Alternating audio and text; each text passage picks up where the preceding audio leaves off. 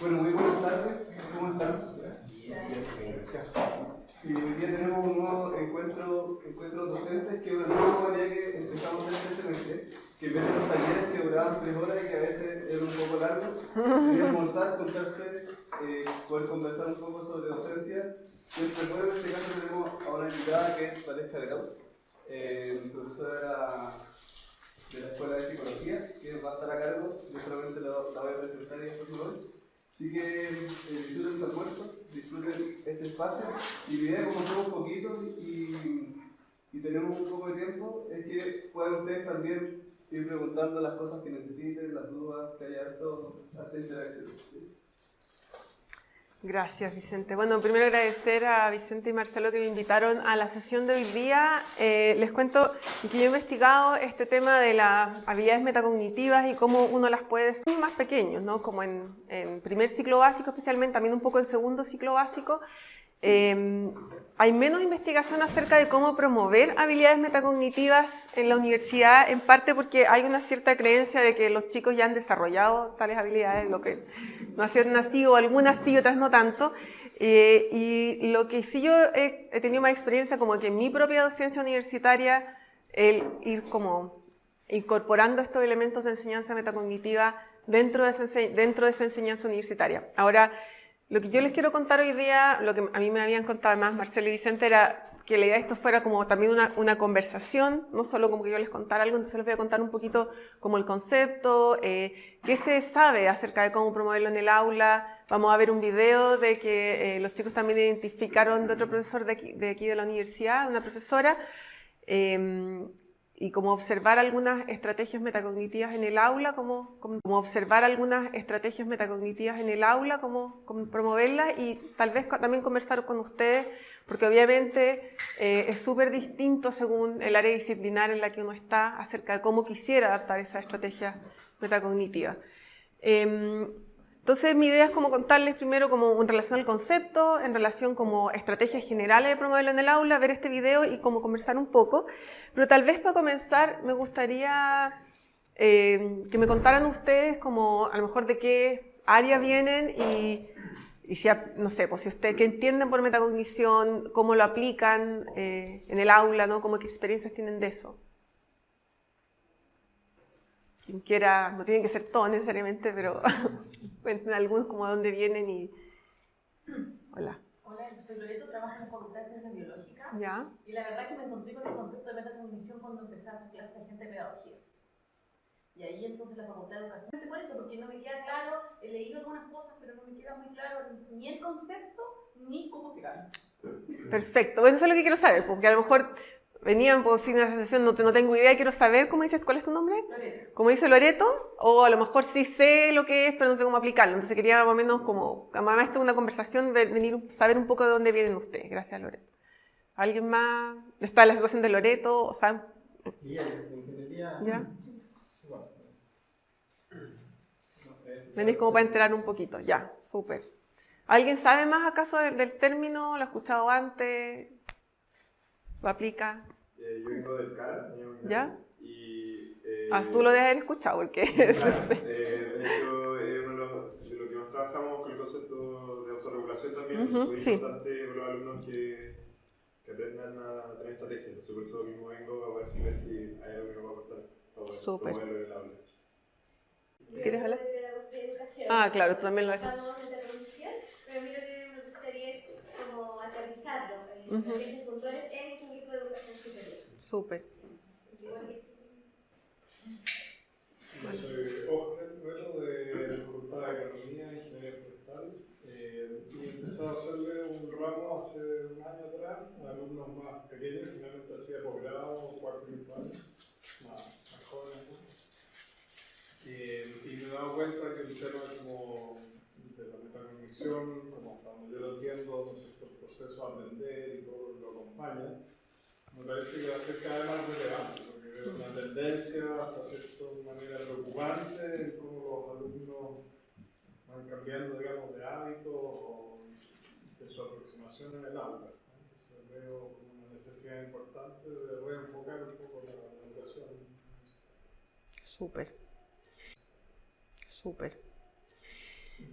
Bueno, muchas gracias por sus aportes y contarme un poco. Ay, yo no tengo como costumbre usar esto. Entonces, les quería comentar primero, bueno, el concepto de metacognición, como contarles primero, quería hacer esta distinción como lo que decías tú con el tema de autorregulación del aprendizaje, ¿no? Que es un término que también se ocupa bastante. En general, el término de autorregulación del aprendizaje es más comprensivo que la metacognición, ¿no? La metacognición tiene que ver, ¿cierto?, con el conocimiento acerca de la propia cognición y del fenómeno cognitivo, por lo tanto tiene que ver con entender cómo soy yo como aprendiz, para qué soy bueno, para qué no soy tan bueno, y cómo desplegar esta estrategia y ocupar ciertas estrategias de aprendizaje, ¿ya? Pero la autorregulación del aprendizaje incluye las estrategias metacognitivas y tiene que ver también con la capacidad de ponerse objetivos de aprendizaje y cuáles son las estrategias que son afectivos y motivacionales. Por lo tanto, en general, cuando uno aplica el concepto de metacognición en educación, se tiende más a hablar de autorregulación del aprendizaje porque las estrategias metacognitivas nunca van así como en frío. No tiene que ver cuáles son mis objetivos, o sea, yo puedo tener súper buen conocimiento de mí mismo como aprendiz y cómo estudio mejor y todo, pero también tengo objetivos que son de alguna manera, que pueden estar en competencia, como ir a una fiesta versus estudiar. Yo sé que lo que debería hacer es quedarme en la casa estudiando, pero ¿no? Entonces está como yo me planteo ciertos objetivos más allá de solo lo académico, ¿no? Pero eso es esencial para manejar la vida académica. Los procesos metacognitivos, como les decía, en educación superior, no hay tanta investigación acerca de cómo promoverlos justamente porque uno tiene la idea de que los chicos vienen con estos procesos metacognitivos ya desarrollados, pero sí hay mucha investigación en educación superior, ¿ya? Porque en el fondo es mucho más fácil hacer investigaciones a gran escala con cuestionarios en que se les pregunta a los chicos cuáles son, de qué manera estudias, ¿no? Cuando me va mal, qué es lo que hago, dejo el ramo, estudio más, no sé, pues cuáles son mis estrategias motivacionales, etcétera. Hay escalas de autorregulación y de metacognición que se pueden utilizar. Y lo que se ha visto es que los chicos que puntúan más alto las escalas de metacognición y autorregulación les va mejor, ¿no? Eso es lo que sabemos, ¿no? Entonces, esta investigación se ha tendido como a ir como más temprano. Estas encuestas sirven como hasta más o menos segundo ciclo básico, más chico, más difícil porque el autorreporte de los niños acerca de su estrategia, la capacidad de autorreportar es mucho menor. Entonces yo diría que más bien de los últimos 10-15 años se empezó a investigar autorregulación en el preescolar y en primer ciclo a través de estrategias observacionales, por ejemplo, ¿ya? Pero la mayoría de los estudios dicen que estos procesos metacognitivos predicen el logro académico en áreas como ciencia, matemática, ¿no? Lenguaje. Ahora, ¿de dónde viene? Como para contarles un poco el concepto también es relativamente nuevo, lo acuñó Flavel en 1979 y de ahí han habido otros modelos, pero tampoco ha cambiado tanto, ¿ya? Y que se refiere, como les decía, al conocimiento y cognición acerca del fenómeno cognitivo, ¿ya? Entonces su modelo incluía estos dos aspectos que era el conocimiento metacognitivo, que es de alguna manera lo que uno tiene, por explicarlo en términos muy simples, lo que uno sabe acerca de uno mismo. Por ejemplo, a mí me cuestan las matemáticas o para mí se me da súper bien leer en inglés, por ejemplo. La tarea, o sea, esta tarea es difícil, es fácil, es algo que necesito hacer tal o cual cosa, y las estrategias para llevar a cabo esa tarea. Son conocimientos que yo tengo, entonces alguien me dice, tienes que resolver esta ecuación, y yo, ¿cierto? Como que si yo pudiera sacar de mi memoria a largo plazo, yo soy bueno para esto, soy malo, o para estudiar esto en realidad necesito estudiar yo no sé de esto, ¿no? O debería ir a la biblioteca a averiguar, sacar un libro porque esto yo no sé, ¿no? Y las experiencias metacognitivas, que son partes del conocimiento metacognitivo que entran a la conciencia y incluyen, cuando yo estoy resolviendo una tarea, ¿no? Y incluyen procesos como la evaluación de una tarea que está siendo realizada o la sensación de saber algo, si es como, esto me suena parecido como lo que hicimos la clase pasada o lo que viene este otro curso, ¿ya? Y en el modelo de Flavel, ¿cierto? Uno hacía un monitoreo y control sobre los procesos cognitivos y del aprendizaje, en procesos de pensamiento, conocimiento estratégico, y para esto se ocupaba, ¿cierto?, el conocimiento metacognitivo y estas experiencias metacognitivas, entre lo que yo sé a largo plazo de cómo soy yo como aprendiz y las experiencias que entran a mi conciencia. Por ejemplo, o cuando uno entra en una prueba y dice, sabes que no sé nada de esto, justo esto no lo estudié, y está también, no sé, pues la ansiedad al respecto, entonces como uno ejerce monitoreo y control sobre los procesos cognitivos cuando está haciendo, por ejemplo, esa prueba, implica el conocimiento metacognitivo, lo que yo sé que sé, por ejemplo, y lo que entra en mi conciencia en ese minuto. Entonces, ahí les quería mostrar, no, para acá tengo que decir. Este modelo de Euclides del 2008, varios años después de lo de,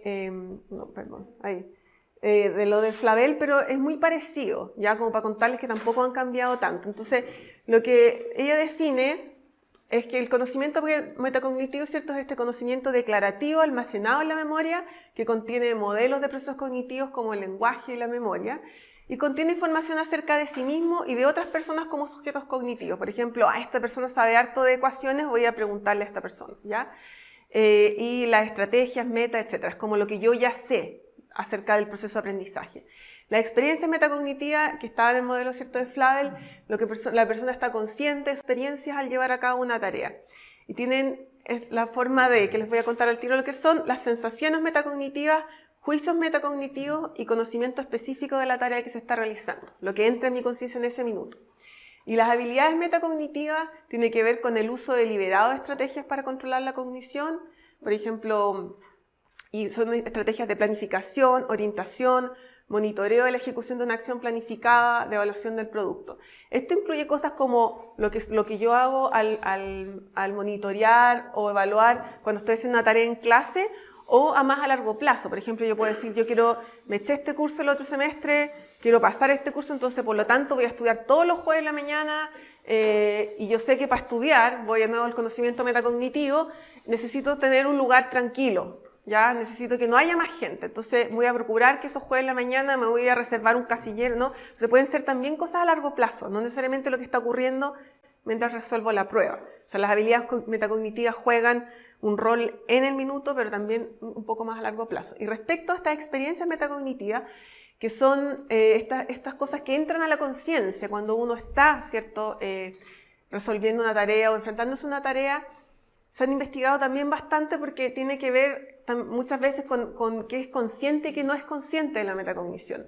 Las sensaciones metacognitivas incluyen la sensación de saber algo, la sensación de familiaridad, la sensación de tener algo así como en la punta de la lengua, así esa sensación que yo sé que sé, pero no lo puedo traer ahora a la memoria. Ese es un bonito ejemplo de algo que es inconsciente pero consciente a la vez. O sea, yo sé que sé, pero no lo puedo traer a la memoria, ¿no?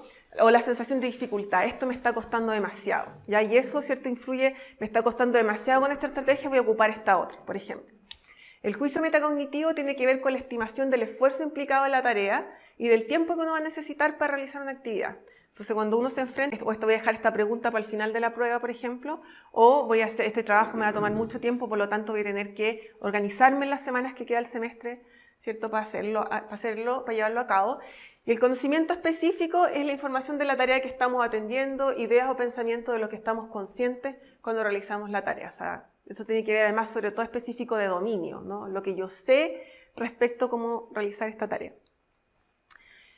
Entonces, eso es como para contarle en básico como que se considera, como que se investiga también de juicios metacognitivos, la sensación de la punta de la lengua, hay investigaciones muy cognitivas al respecto, poco aplicadas como a la instrucción. Pero quienes se han metido más en el tema de la instrucción metacognitiva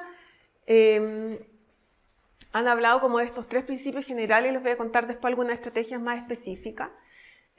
Primero es enseñar estrategias y habilidades metacognitivas dentro del currículum o en el caso de la universidad dentro de este dominio. Metido más en el tema de la instrucción metacognitiva, han hablado como de estos 3 principios generales, les voy a contar después algunas estrategias más específicas. Primero es enseñar estrategias y habilidades metacognitivas dentro del currículum o en el caso de la universidad dentro de este dominio específico, ¿ya? Porque, por ejemplo, no es lo mismo como planificar, ¿cierto?, monitorear, regular y evaluar la resolución de un problema y qué tipo de problema en distintos dominios del conocimiento. Entonces, las estrategias metacognitivas pueden ser generales, como por ejemplo, no sé, pues planificar, ver qué recursos tengo, qué es lo que yo sé de antes, etc. Pero también uno las puede hacer como de dominio específico a este contenido. Entonces, si yo resuelvo, no sé, pues algo que tiene que ver con química, entonces lo que hago primero es, bueno, en realidad no puedo dar un ejemplo de química, tengo que dar un ejemplo de psicología de educación, pero en el fondo, ¿qué es lo que necesito? ¿Qué datos necesito, por ejemplo, para resolver un problema? Entonces hay datos distintos que uno necesita, por ejemplo, no sé, estoy pensando ya desde la psicología, para hablar a un niño y ver que en el fondo cuál es el problema que este niño no aprende a leer. Entonces tengo que tener primero en claro, ¿habían habido otros diagnósticos previos? ¿Qué es lo que dice el informe de la profesora? Entrevistarme con el niño, a lo mejor verlo leer, no sé, eso es mucho más específico de la evaluación psicológica, ¿no? Entonces yo voy probando ciertas hipótesis y ya, y si no, la familia está súper bien y no hay antecedentes previos de dislexia, no sé qué, entonces yo sigo con la siguiente hipótesis. Entonces uno puede hacer cosas que son más específicas del dominio de conocimiento, ¿ya? Otra cosa que es importante es informar a los estudiantes acerca de las ventajas del entrenamiento metacognitivo, es decir, mira, vamos a ver no solo el contenido, sino también cómo hacerlo, y me interesa que ustedes sepan qué son las cosas que uno tiene que tener en cuenta para planificar, etcétera, para resolver esto, y cómo uno evalúa si está bien o mal, ¿no? Como de alguna manera decir esto, es importante saberlo porque a veces el comienzo, ¿no? Como estos son los procedimientos que vamos a aprender, y un entrenamiento prolongado en el tiempo. Y ahí es importante, bueno, les voy a contar un poco más en detalle, acá, no se ve mucho, pero les voy a contar. Como estrategias más específicas para fomentar la metacognición y autorregulación del aprendizaje, una de las cosas, algunas de estas se pueden observar en la sala de clase, que lo vamos a ver, y otras no se pueden observar porque son más a largo plazo. Una de las que reporta la literatura es el andamiaje a través de cuestionamiento, modelamiento y feedback. O sea, en la sala de clase, ¿cierto? Ocupar el diálogo y un diálogo productivo para dar feedback y para modelar, digamos, ciertas estrategias, ¿no? Entonces, tiene que ver harto como ocupar, que los alumnos participen, ¿cierto? Que digan cuáles son qué es lo que ellos piensan respecto a cómo resolver un problema, por ejemplo, de manera que uno pueda modelar cuando hay un error y utilizar el error como una posibilidad de aprendizaje. No solo decir, ah, no, esa no era la respuesta, ¿qué piensas tú? De aprendizaje. No solo decir, ah, no, esa no era la respuesta, ¿qué piensas tú? Tampoco. ¿Qué piensas tú? Tampoco. ¿No? Que eso hace mucho, yo observaba muchas clases, no en la universidad, pero sí en el colegio, los profesores en el colegio hacen mucho eso. Es como, ya, ¿cuál es la respuesta? Pedrito, no. A este no y a este sí. Muy bien, esa es la respuesta correcta. ¿Se puede hacer una pregunta? Sí, dale. Sí, interrumpan nomás. ¿Qué recomiendan personas que estudian esto en términos de la cantidad de alumnos que tiene que tener como para hacer más participativa la clase? Porque me da cuenta, si yo tengo 100 alumnos versus si yo tengo 50, distintos niveles de participación al cual puedo involucrar al grupo. De hecho, sí. Yo sé que de los 50, el resto, hay 50 que a lo mejor me están tomando atención y los otros 50 están haciendo otra cosa. Entonces, de hecho, me pasa que cuando le hacen la pregunta a algunos, como que quedan así como que congelados. Entonces, ¿hay algo que se recomienda respecto a? Mira, tiene que ver un poco con tus objetivos de aprendizaje, ¿ya? O sea, no es posible dar una respuesta. Nosotros igual tenemos cursos masivos y tratamos igual de fomentar estrategias metacognitivas a través, por ejemplo, de trabajo en grupo, y también tiene que ver el apoyo entre pares, ¿cierto? Les voy a contar un poco ahí que hay ciertas estrategias que uno puede hacer con cursos más masivos. Ahora, en otras cosas, por ejemplo, cuando uno les enseña a los chicos a escribir, o sea, como escritura académica, un curso de 100 es súper difícil si uno quiere fomentar eso, o tendría que tener un gran equipo ayudante, ¿no? Entonces, ahí ojo también que depende qué es lo que tú quieres enseñar. Siempre se puede enseñar igual habilidades metacognitivas en un grupo grande, porque tú les puedes fomentar, digamos, como esto del modelamiento y feedback, es decir, piensen todos, por ejemplo, una respuesta a esto, coméntela con el compañero, y después hagamos grupos de trabajo, de manera que te asegures que cada uno pensó primero en su puesto, no sé, claramente es más difícil con un grupo más masivo, ¿no? Entonces yo creo que ahí tiene que ver cuáles son exactamente tus objetivos de aprendizaje, y es una cosa más curricular, ¿no? Para este curso en particular, Loreto. Sí, me pasa un poco lo mismo. El problema en cursos masivos que, por ejemplo, me ha pasado con las estudiantes, porque yo me reúno normalmente con las estudiantes que les va más mal, y ellas declaran justamente es que no se atreven a preguntar nada, porque dicen, profesor, levantamos la mano, nos da como vergüenza porque las compañeras me miran con cara de, ay, como una vez, o como no entendiste. Entonces, les da preguntas, lo que les cuesta más, justamente, es más difícil llegar, porque ellos mismos se van como... Ese es un súper buen punto. Claro, y eso tiene que ver lo que ustedes dos mencionan con dos cosas distintas, o sea, con varias cosas que están acá. Uno, por ejemplo, esto que está acá de la generación de estructuras de participación rutinarias, y que tiene que ver con lo que dije recién, es como decir a los chicos por qué es importante esto, ¿no? Entonces, por ejemplo, nosotros, justo vengo saliendo del curso de Psicología del Desarrollo que hacemos ya por hartos años, ocupamos hartas metodologías activas y trabajo colaborativo, y todo esto, y resulta que hace un año atrás los alumnos como que se paraban y se iban cuando venía algún trabajo en grupo. Es como, ya no, yo quiero escuchar a la profesora, no quiero escuchar lo que dicen mis compañeros. Entonces lo que hacemos como al principio del curso es justamente decir cuál es la ventaja, qué es lo que yo aprendo con otro y por qué hacemos estas como diálogos con todo el grupo y grupos colaborativos. Entonces, de alguna manera tú le enseñas como lo que está detrás de tu modelo de enseñanza. Y esto de las... entonces, y ahí como que uno le enseña, bueno, a nosotros nos parece que es súper importante que ustedes nos digan lo que piensan, porque si tienen algo errado, podemos acá conversarlo y podemos, si no, ustedes se van a quedar con ese error siempre, ¿no? Como que todo ese tipo de cosas como, como explicitándola y también un poco... Casi también como epistemología del conocimiento. O sea, el conocimiento es algo que no es estático, ¿no? Por lo tanto, en nuestras mismas discusiones uno puede crear nuevas ideas, ¿cierto? Nuevas teorías, a lo mejor más. Nosotros les decimos, a lo mejor puede crear nuevas ideas, ¿cierto? Nuevas teorías, a lo mejor más. Nosotros les decimos, a lo mejor ustedes en el futuro van a escribir textos que van a ser textos mínimos de este curso en las futuras generaciones. O sea, como mostrarle un poco que el conocimiento no es algo que nosotros tenemos y se lo vamos a pasar a ellos, sino que es dinámico y que uno lo va construyendo. Entonces, ahí se nos ha ido generando como mucha mejor disposición a escuchar al compañero, aunque tenga un juicio como equivocado, y participar más en clase. No es fácil, sin duda, pero como... Y esta generación de estructura de participación rutinarias, por ejemplo, se refiere a por ejemplo, lo mismo del trabajo colaborativo, ¿no? Como... Nosotros tenemos casi todas las clases, hacemos algún trabajo en grupo porque son 80, no podemos escucharlo a todos, entonces hacemos grupos de trabajo y ellos más o menos ya saben cómo trabajar. Entonces cuando la primera vez que a lo mejor uno los hace trabajar en grupo o los hace, entonces los hacemos también moverse, pegar post-its por ahí, como poner papelógrafos, se cohíben, no sé qué, pero ya cuando es una parte... Yo traigo como todos los dulces de las piñatas de mi hijo de los cumpleaños que no se los comen y están ahí, y es como ellos están felices con algo de azúcar a media mañana. Entonces como todo ese tipo de cosas como que ya es una estructura de participación y como que dicen, no, el equipo 1, nosotros, ¿no? Como que se genera como un entusiasmo al respecto, que a veces cuando es la primera vez que uno lo hace no funciona tanto.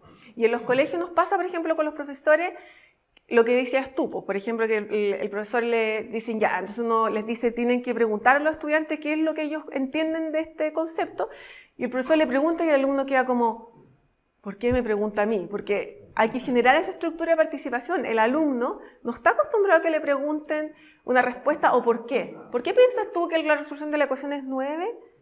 Y el alumno queda así como... Entonces los profesores nos relatan que se demoran un rato como en construir este ambiente de diálogo y participación. ¿Cachai? Entonces no es automático.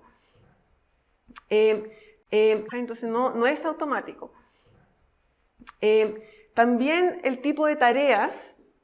La idea es que sean las tareas, por ejemplo, que uno da en colaboración o para que participen o resuelvan, la idea es que sean tareas complejas y significativas para los chicos. O sea, que sea algo motivante, sienten que están resolviendo un problema y que sea claro cómo se va a evaluar, si es una evaluación a partir de esa tarea. Entonces, por ejemplo, algo que fomenta mucho la metacognición es entregarle las rúbricas o las pautas de corrección de un trabajo antes, en el momento que uno le entrega la pauta, la rúbrica. Entonces, que eso fomenta de que el chico se va a la casa y dice, a ver, lo que yo tengo que tener es esto, ¿cómo voy? Entonces, si uno tiene una rúbrica en que dice esto es un nivel bajo, medio, alto, yo puedo evaluar mi propio aprendizaje y eso fomenta un montón las estrategias metacognitivas. ¿Ya? Dale. Yo soy Marcela, soy de enfermería. Ya. Nosotros utilizamos rúbricas en algunos de los cursos en que yo participo y se las entregamos al inicio. ¿Cómo lo ayuda ahí? Bueno, sí. Además de derivar las caras. Claro, bueno, el problema también de la educación universitaria, a diferencia de la educación escolar, es que uno tiene a los chicos por un tiempo limitado. No los tienes ni siquiera un año entero, los tienes en un curso específico. Entonces, a mí se me ocurre que algo que uno puede hacer en ese caso, yo no he tenido esa dificultad en particular, es como preguntarle, o sea, como estar disponible a los chicos, y eso siempre se los decimos, si es que ustedes sienten que tienen algún problema, que no les está resultando, nosotros hacemos, por ejemplo, controles semanales. Si van al 5.º control y se siguen sacando un rojo, o sea, acérquense a nosotros, al equipo ayudante, veamos qué están haciendo que no están estudiando bien. Entonces tú puedes hacer una asesoría, en general no son la mayoría de los chicos que tienen ese problema, pero sí hay algunos que les cuesta. Entonces, no, o sea, es que no le puedo agarrar como el hilo a este tipo de evaluaciones o a las fichas de lectura independiente, o sea, dependiendo de qué estamos hablando. Entonces, o los trabajos prácticos, porque una de las otras cosas también que genera también fomento de habilidades metacognitivas es el feedback, no solo en la clase, sino un feedback detallado de las pruebas. Si tú tienes un 4 o un 5 o un 6 y no sabes en qué te equivocaste, difícil que puedas aprender. Una de las cosas que en general en la educación ha sido más probada a través de metaanálisis, lo que más funciona en función de mejorar el aprendizaje es el feedback. Feedback informativo y de calidad. Y eso está súper archiprobado. Entonces, si tú le dices y le das un trabajo y le das harto feedback, mira, te faltó esto, no sé qué, no sé qué, no sé qué, eso es algo que va a promover mucho más aprendizaje que tú solo le pones la nota. Y a veces eso es difícil con trabajos cuando tenéis 100 y un trabajo por cada uno, pero la idea es hacerlo lo más posible y a veces decir, mira, si alguien no entendió el feedback que yo le di escrito o lo que está en la rúbrica también ayuda a eso. Pues si tú lo pones en el nivel 2, te da una descripción del nivel 2. Pues tú lo pones en el nivel 2, te da una descripción del nivel 2. Me puede contactar o al ayudante y nosotros le podemos dar una asesoría externa. ¿Tú tienes una pregunta? Sí, me pasa con el feedback de los estudiantes, por ejemplo, cuando nosotros hacemos los feedback de las pruebas, los estudiantes dicen, no quiero saber cómo me fue. No quiero. Yo le digo, bueno, es que es súper importante porque tú vas a aprender en qué te equivocas. Entonces, pero sí, es como que piensan que si esto ya no me lo van a volver a contar. ¿Para qué quiero saber ahora en qué me equivoqué? Muy buena pregunta. Muy buena pregunta. Es que una cosa que sí es interesante, que sí es muy importante, que a mí me ha resultado, es que hacer como, de alguna manera, hacer mediciones de proceso.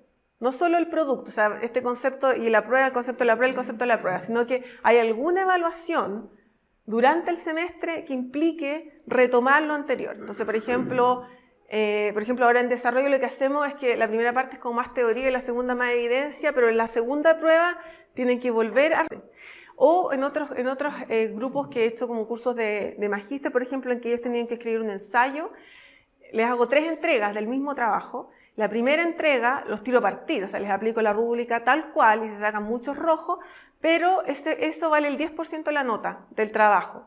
Entonces, el trabajo final vale más, pero tú ya les has dado 2 rondas de feedback.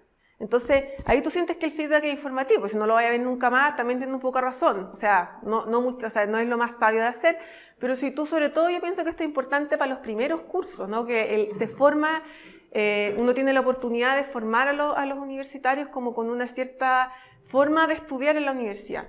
Entonces, si uno les dice, mira, vamos a hacer esto y después vamos a mirar y vamos a ocupar el mismo trabajo y tú lo vas a poder mejorar con este feedback, es distinto. Uno puede hacer, por ejemplo, la primera entrega sin nota, con la aplicación de la rúbrica y un puntaje, o sea, tienes 10 de 20, o sea, te fue menos de un 4, ¿no? Pero sin poner la nota, pero ese feedback te sirve para mejorar el trabajo. Entonces, de alguna manera, hacer evaluaciones, como dice acá, no amenazante, obviamente la evaluación siempre tiene algo amenazante, sin duda, pero dentro de lo posible, una evaluación que implique, por ejemplo, hacer un trabajo que sea de algún tema de interés para los chicos, algo que exista que diga que hay algo como de su propia autonomía, de su propio gusto, y que implique, por ejemplo, yo ya te voy a dar la rúbrica, te voy a dar asesoría si tú lo necesitas, vas a poder entregar el trabajo más de una vez, alguna de las cosas que sea así, que te permita entender que el feedback fue relevante, porque con ese feedback tú pudiste mejorar tu trabajo al final. Y eso en el fondo te ayuda a ver en qué me estoy equivocando para escribir, ¿no? O para escribir el informe, o para hacer la tarea, o para cualquier cosa, y cómo lo puedo mejorar. Y eso sí me va a servir para después. Y me quita el susto de lo que dices tú. Me le voy a tomar el gusto a saber en qué me equivoqué. Porque a lo mejor el profesor el profesor del otro curso no me va a hacer varias evaluaciones, pero sí, yo sé que eso sí me va a servir para mí, ¿no? Como que hay una cosa ahí también de... Y también esto que tiene relación con el apoyo entre pares, en cuanto que otra cosa que yo, por ejemplo, he implementado en algunos cursos es que los propios pares le pasamos la rúbrica y por ejemplo, si tienen que presentar un trabajo adelante, ellos mismos también califican el trabajo del compañero. Sí, pero no necesariamente. Cuando uno les pasa la rúbrica y ellos tienen que comentar. Sí, o sea, claro, o sea, si uno les dice ponga la nota de 1 al 7, lo más probable es que se pongan 7, pero si uno les pasa una rúbrica con ciertos niveles, y uno puede decir, ya, los compañeros van a hacer el 20% de la nota, no toda la nota tampoco, uno igual va fomentando, y a veces lo que también hemos hecho es como cada vez que presenta un grupo, otro grupo tiene la misión de comentar ese trabajo, hacer como un comentario.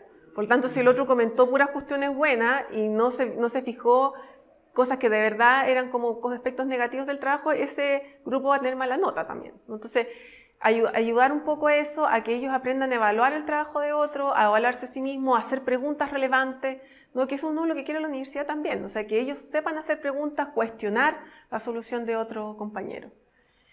Y los trabajos colaborativos. Una de las cosas, de los problemas que tienen los trabajos en grupo, ¿usted colabora? Más o menos, pero esto es como de lo poco, ya no me queda casi nada.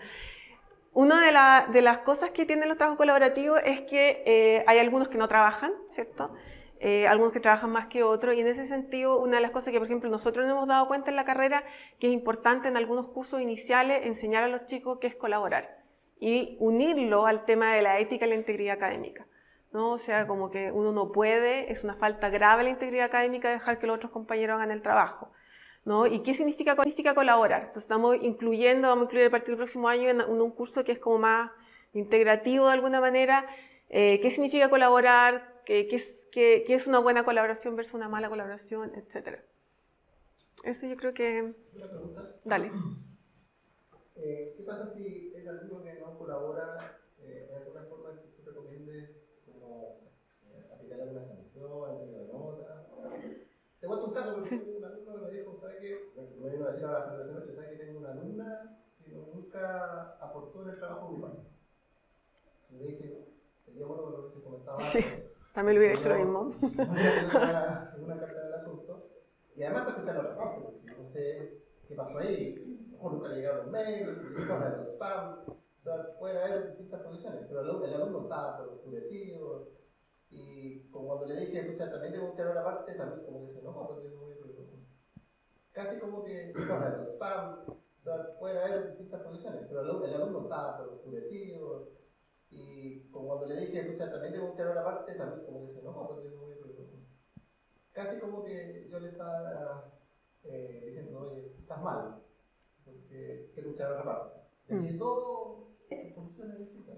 Sí. No sé, ¿qué recomiendas? Sí, mira, eso también es complicado. Nosotros también nos ha pasado y lo que hacemos en general es como juntarnos con el grupo, ¿no? Y juntarnos y llamar a la persona porque generalmente cuando alguien no trabaja, como que todo el grupo está de acuerdo que eso no trabajó. No, nos pasó de hecho hace poco que estaban trabajando en Google Drive y esa persona entró al Google Drive solo para poner su nombre en el trabajo. Imagínate, eso no sé, en mi época cuando teníamos Google Drive. Pero estaban súper enojados, ¿cachai? Porque nunca dio ninguna excusa y todo. Entonces nos vamos a juntar con ese grupo y con esta persona qué pasó, ¿no? Y siempre partir por el beneficio de la duda, ¿no? La empatía, lo social, a lo mejor a esta persona le está pasando algo. Es haber puesto el nombre, pero si alguien no trabajó, puede ser que ella está pasando por un periodo muy complicado. Nosotros además lo consideramos como una forma de detección temprana a alumnos que tengan problemas, etc. Pero esa es como la forma en que nosotros también lo miramos, a tratar de hablar con el grupo y ver qué pasó, ¿no? Hace un tiempo los chicos de Psicología del Desarrollo tenían que hacer un juguete que promueva el desarrollo. Hace un tiempo lo hacíamos con alumnos de diseño y psicología. Imagínense la cantidad de descoordinaciones y no es que los alumnos de diseño nos mandaron la cosa a tiempo. Pero claro, es un aprendizaje importante, ¿no? En términos personales y profesionales. Pregunta. Yo soy doctor San Martín de Kinesiología. Nosotros también teníamos un problema más o menos parecido y experimentamos una modalidad que era que en el tema como los trabajos grupales, un profesor revisa el trabajo del grupo y le pone una nota. Si por ejemplo la nota es un 6, 5 alumnos los que participaron, después hay otra evaluación que es la evaluación entre pares, ¿ya? Y ahí se le da un puntaje al grupo para que se autoevalúe y que cada alumno evalúe a su compañero. Entonces, si la nota del grupo fue 6 y hay 5 integrantes, ellos tienen para repartirse 300 como puntos. Claro. Entonces, si todos trabajaron igual, se van a poner 6, 6, 6, 6 y va a llegar a los 300. Si ellos sienten, o cada compañero hace su propia evaluación y eso se promedia. Si uno siente que uno trabajó más y que el resto trabajó menos, escucha, y me va a decir, a mí me están bajando y yo me llevé casi toda la pena, me pongo un 7, pero ahí a otro le tendrá que poner un 5, o a lo mejor hay más compañeros que trabajaron más y ellos se suben la nota. Y esa fue una forma por lo menos que ¿El resultado? participaron y estuvo como Sí. Esa es una buena forma también, la evaluación entre pares. Claro, entonces tú tienes una nota grupal y una nota individual en relación al el trabajo práctico en general. Bueno, en general es un trabajo práctico o trabajo grupal. Y ahí uno va viendo a veces ciertas coincidencias, eso, como ese único que no trabajó, a veces el resto de los compañeros lo... Claro. Sí, y al profe le llegan todas las notas, entonces a veces hasta el mismo compañero que trabajó también dice, pucha, si todos me van a poner menos, lo más probable, que tampoco me puedo poner un 7. Exacto. Y también hasta el mismo a veces se castiga porque se va a exponer al profesor. ¿Loreto? ¿Qué haces si alguien no quiere trabajar en el grupo? Es como lo mismo que haría si alguien no quiere dar una prueba. ¿Por qué no querría trabajar en grupo? Pasó el semestre pasado, fue súper crítico porque además se decidió retirar en mitad de semestre y dijo: yo no quiero trabajar con ellas. Ah. ¿Qué hacemos? Había de una actividad de realizar el servicio. Es súper crítico. Súper crítico. Y de verdad, o sea, se paró y dijo: yo no voy a hacer, no voy a hacer. ¿Pero eran esas personas en particular? Sí, lo quería con ellas y en el fondo estaban todos los grupos armados y los otros ya habían trabajado, entonces la cambiamos de grupo, se integraron a un grupo donde ya estaba hecho el trabajo en el fondo. Fue súper crítico, la verdad es que no sé si lo enfrentamos bien o mal, pero mala. Claro, o sea, pero esos también son casos aislados, no es la mayoría, y en esos casos obviamente hay que ver qué pasó en ese grupo en particular, ¿no? Ahí uno tiene que ponerle más ojo nomás y juntarse con ellos, ver qué pasó, si es posible también. Eso no me ha pasado a mí en particular, pero sí como a otros colegas que me han ido a preguntar qué hacen en este caso. Yo además soy su directora de pregrado, entonces todos estos casos me llegan, ¿no? Todos los que se copian, todos los plagios, todos los chicos que están en grupo y no quieren trabajar. Y a veces pasa que, con un caso como ese, generalmente el chico que no quiere o la chica que no quiere trabajar, generalmente está con algún otro problema psicológico, como Yo hago un curso hace muchos años interdisciplinario salud y comunidad. Yo soy de medicina y tenía un grupo que a mitad de semestre estaba muy conflictuado por 2 alumnos de derecho que no trabajaban. Entonces me acusaron, o sea, los acusaron. Entonces yo les pedí que evaluaran el proceso y si había algún problema a tiempo avisar, ¿no? Entonces lo que hicimos fue que estos 2 alumnos de derecho me acompañaran una tarde al centro médico de San Joaquín. Yo soy médico, atiendo pacientes, pero ellos no atendieron pacientes conmigo, sino que estuvieron detrás. Pero estuvieron detrás conmigo, yo en el fondo les dediqué tiempo y les expliqué la importancia de la salud, etc. Oye, cambiaron del cielo a la tierra, fueron los más comprometidos el resto del semestre, como que se pegaron como el cachofazo de que eran profesionales y que había gente y que no era un juego, y que si yo profesionales y que había gente y que no era un juego, y que si yo, y presentaron excelente. O sea, hubo que hacer algo especial para ellos, sí. Pero en ese par, esa experiencia ellos lo quebró. Claro, sí, de hecho nosotros en aprendizaje, o sea, también ocupamos aprendizaje y servicio, y como hay un servicio a la comunidad, es grave que tú tengas mala, o sea, porque si alguien, está todo el grupo de acuerdo que ese chico no trabajó, uno tiene un 1 en el trabajo, ¿no? Pero el curso, aunque tenga puro 7 en las notas, no puede pasar el curso si no tiene un 4 en el trabajo, porque en el fondo es un servicio a la comunidad, por lo tanto tú tienes que aprobar el trabajo con otro. Entonces, si uno le da importancia también a eso, le está diciendo esto es tu compromiso como estudiante de la Católica y futuro profesional con la comunidad. Por lo tanto, te podéis sacar malas notas en otras cosas y te da el promedio sobre 4, pero si no tenías un 4 en el trabajo, no pasas el curso. Así tenga puros 7. Entonces también yo creo que hay formas, como dices tú, como puros 7. Entonces también yo creo que hay formas, como dices tú, como llevarlo a tu oficina o demostrarle la relevancia, ¿cierto?, al trabajo con la comunidad y cuando uno involucra a terceros, ¿no?, que hay una responsabilidad ética. Ahí, bueno, no hemos movido otras cosas. Voy a pasar esto como de largo, pero en realidad lo traje nomás solo para contarles que una de las cosas que sí se ha investigado más en educación superior es metacognición y escritura. Por ejemplo, hay toda una línea teórica también con escritura en estudiantes de doctorado, ¿no? Como porque es una cuestión súper complicada. Estamos hablando de estudiantes de doctorado, gente que ya debería ser bien autorregulada, pero pucha, terminar los que aquí han hecho un doctorado, terminar una tesis de doctorado implica todas las habilidades metacognitivas de autorregulación que uno tenga a la mano, ¿no? Entonces hay harto escrito de eso, pero como no tenemos tanto tiempo les quería mostrar este video, vamos a pasar a... Además eso era como un ejemplo más que nada. Esto les vamos a mostrar, este video lo seleccionaron el Vicente con el Marcelo, me pareció súper bueno. Porque yo tenía videos disponibles como de profesores de colegio, ¿no? Entonces dije, no, pero veamos alguno, y dije, pero yo no tengo disponibilidad de ninguno, y ellos encontraron y le está pasando, Vicente, una pauta que es muy simplificada, que nosotros ocupamos para un proyecto FONIDE, porque como ustedes ven, algunas de las cosas que yo les contaba acá son cosas que uno puede hacer a lo largo de todo el semestre, ¿no? Como pensar en evaluaciones, en que uno puede ocupar el feedback, etc. Pero hay cosas que uno podría pensar cómo interactuar en la sala de clase, y este me pareció un súper buen ejemplo de eso. Y esta pauta está pensada, esa es una versión abreviada, una pauta que desarrollamos con David Price, que también es de psicología, para un proyecto FONIDE, en que mirábamos cómo profesores de segundo ciclo básico de matemáticas promovían metacognición y autorregulación en el aula, ¿ya? Entonces esta es una versión bien abreviada, pero para que ustedes tengan como una idea de qué cosas uno puede mirar, ¿ya? Y ahí, por ejemplo, en la pauta ustedes tienen, no sé, pues como el tipo, el realizar preguntas que estimulen la... ¿ya? Y ahí, por ejemplo, en la pauta ustedes tienen, no sé, pues como el tipo, el realizar preguntas que estimulen la metacognición, ¿no? Preguntas que son metacognitivas, y hay distintos tipos de preguntas, enseñanza de estrategia explícita, gracias.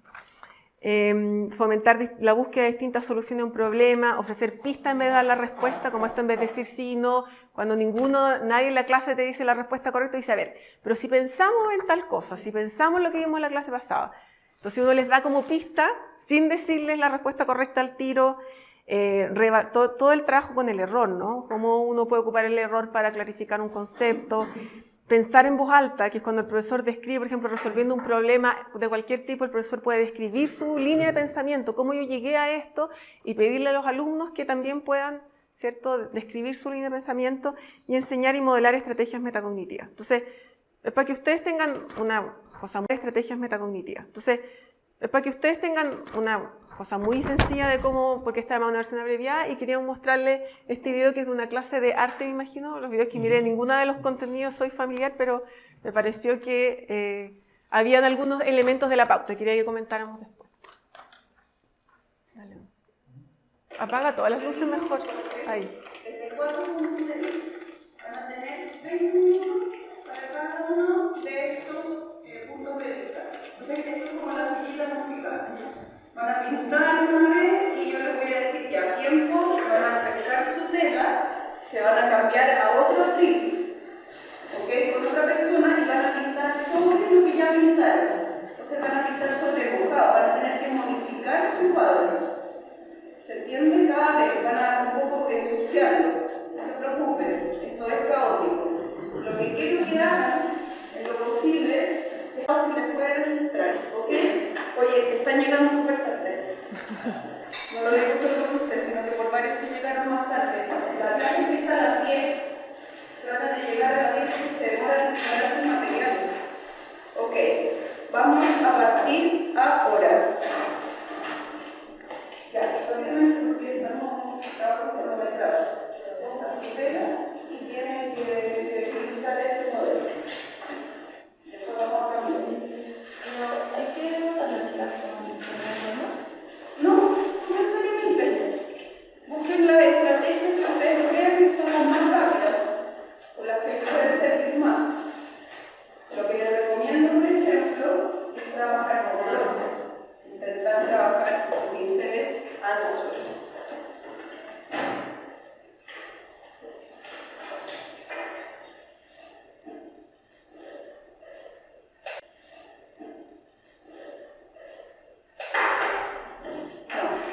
Ahora, bueno, vamos, después de contar el ejercicio formal. En esta segunda versión, la idea es que sobre lo que ya trabajaron, no que lo hagan en otro lugar de la tela, sino que sobre lo que ya trabajaron, pinten encima de lo que ya hicieron este nuevo punto de vista, cambiando las luces, las sombras, todo lo que sea necesario. Y la condición de este siguiente trabajo es que trabajen con su pincel más pequeño. ¿Ok? No va a ser todo el rato así, en este. A ver, si tienen uno de 2 pero no, pero uno ojalá de 1 centímetro o menos. Entre medio centímetro y 1 centímetro, ¿ok? Un pincel pequeño. Como este, como esto. Claro, esa es la idea. Pincel pequeño. Este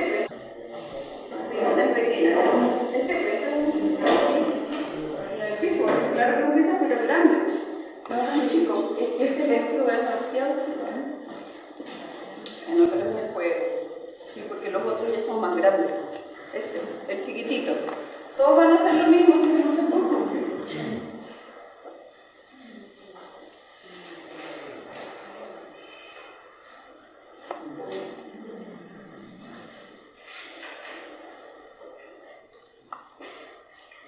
Pero quiero que demos vuelta y le demos una mirada cortita, conversar brevemente del proceso actual.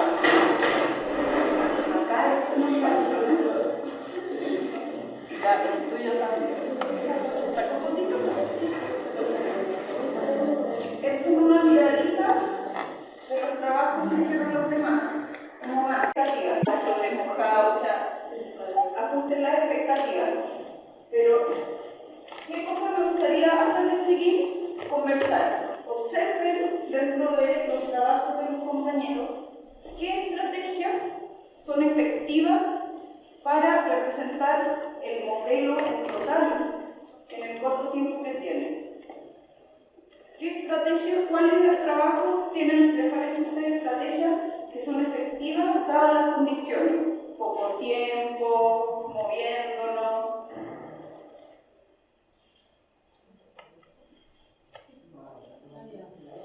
O en otras palabras, ¿cuál funciona? Partir por el total. ¿Cuál sería, por ejemplo, el ejemplo de que parten por un total, que abordan el cuadro como un total? Ya, por ejemplo, acá tenemos un cuadro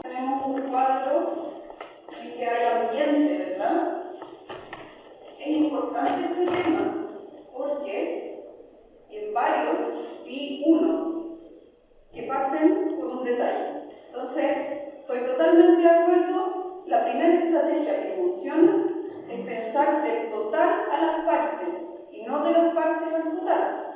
Entonces, hay varios ejemplos, creo, de cuadros que parten desde el total, pensando, por ejemplo, en el encuadre, en el cual el encuadre no es una consecuencia posterior, sino que es una decisión previa. ¿Cuál más existe una, veo yo? Podemos discutir preocupación por el total. También, claro, también en ese, o sea, en los dos que hay un cierto contexto. Ya, en ese extracto les quería preguntar de lo que hemos visto hasta ahora. Claro, busca. Y mira lo que hicieron los otros, cómo se te ocurre que podían hacerlo. Está también lo de la enseñanza entre pares, de alguna manera, o sea, como ver cómo otros resolvieron el problema, ¿cierto? Exactamente. ¿Qué otras cosas? Exacto. Da pistas, ¿cierto? Como que pensamos cuando al principio no le contesta a nadie, y ella como que vuelve a preguntar y vuelve a preguntar. O sea, los chicos aquí no participan mucho, no esperaría que participaran más, ¿cierto? Pero, sin embargo, y eso tal vez es algo que una de las cosas que uno tiene que hacer como estrategia rutinaria, ¿no? Después de un rato generar esta estrategia de participación, pero ella les da pista. ¿Qué otra cosa pasa?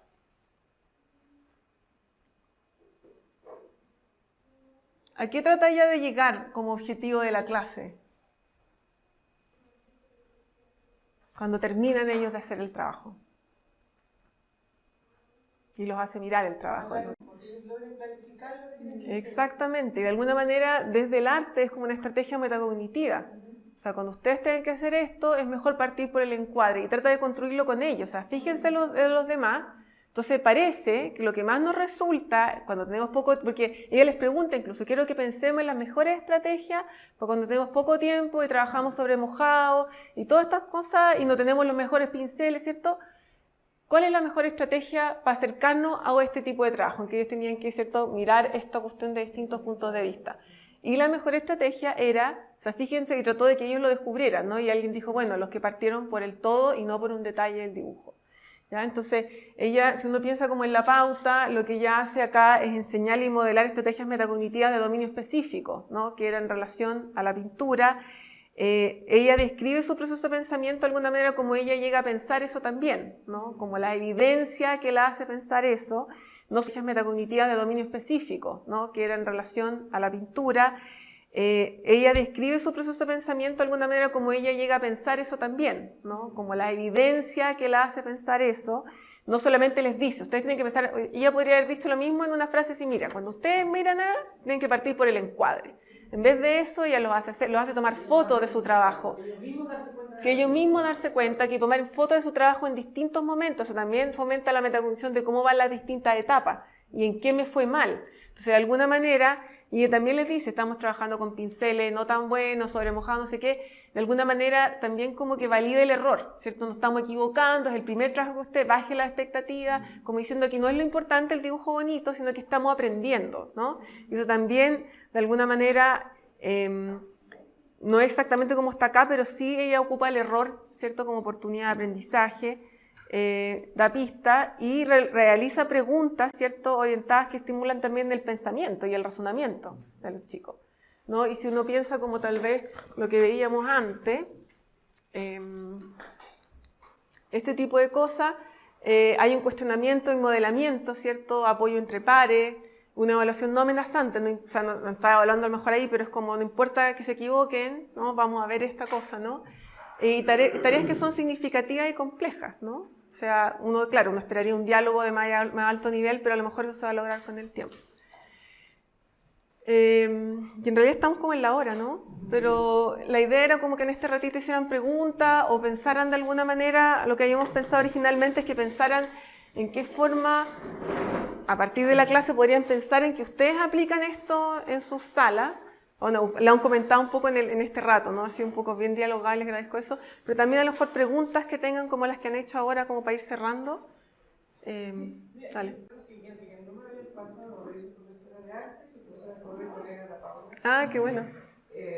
Y tengo un curso pequeño, un 14 alumnos, y tengo un alumno que el otro día me dice,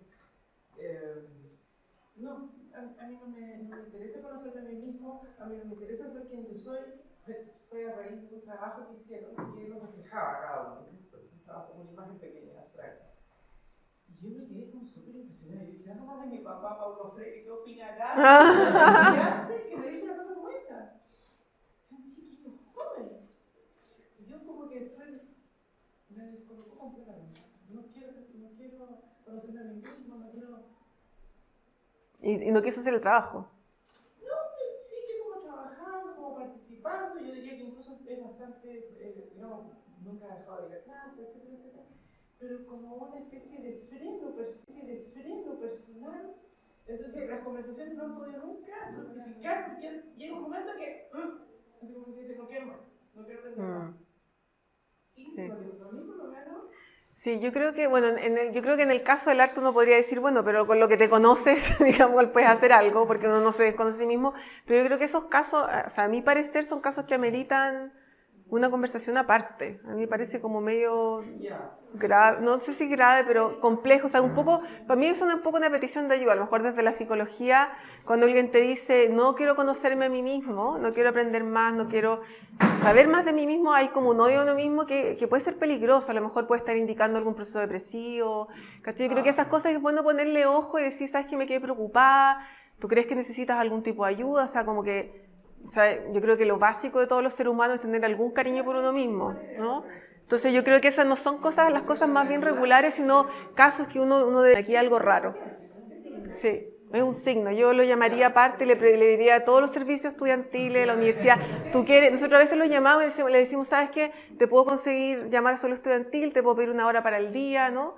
Me preocupa esta conducta tuya, así como hacemos ese tipo de cosas en ese tipo de casos, sí.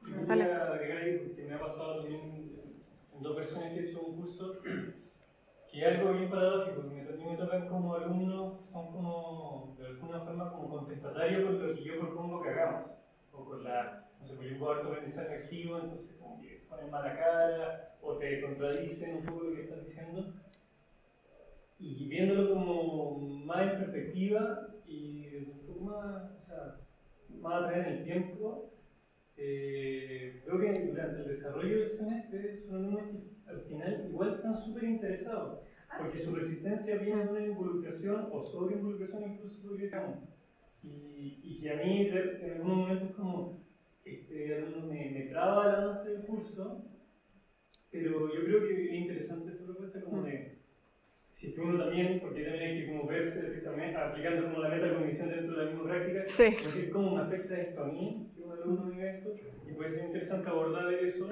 hablando también la parte, de repente, y en la misma línea, tener ojo que uno puede como cerrarse, que en realidad es lo que me ha pasado a mí, siendo transparente. Yo de repente digo, como a ese alumno, voy a hacer mi clase, no lo voy a pescar, pero terminan siendo súper participativos, después pide otras cosas y ellos van y todo. Sí, claro, yo creo que igual hay dos cosas, porque lo que tú manifiestas es una cosa más que puede ser como indicativo de algo como una dificultad más allá, y lo que tú sabes como alumnos que son más oposicionistas, yo creo que en ambos casos es bueno hablar aparte, y tal vez decirle al alumno, mira, esta es mi historia detrás de esta forma de enseñar, y ser explícito. Sí, lo sé. Ya no estábamos terminando, era por si tenían alguna pregunta nomás. Vale, ¿sí?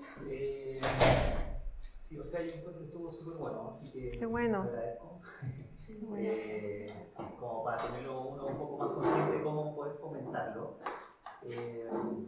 Pero una como duda que me sale, ¿cómo uno puede como diagnosticar un poco el nivel de nuestros alumnos en ese sentido? Sobre todo a veces cuando uno tiene alumnos, como decía, no sé, 5 cursos de 100 alumnos, porque uno muchas veces siente que, claro, el alumno que está fallando acá, uno se entera cuando este alumno ya ha reprobado un curso, 2 cursos, ahí uno a veces, claro, lo cita, conversa con él, y ahí uno se da cuenta que está bajo. Entonces, o es necesario a lo mejor desde primero hacer como un poco un taller a todos, para encuestas, empezar a ver.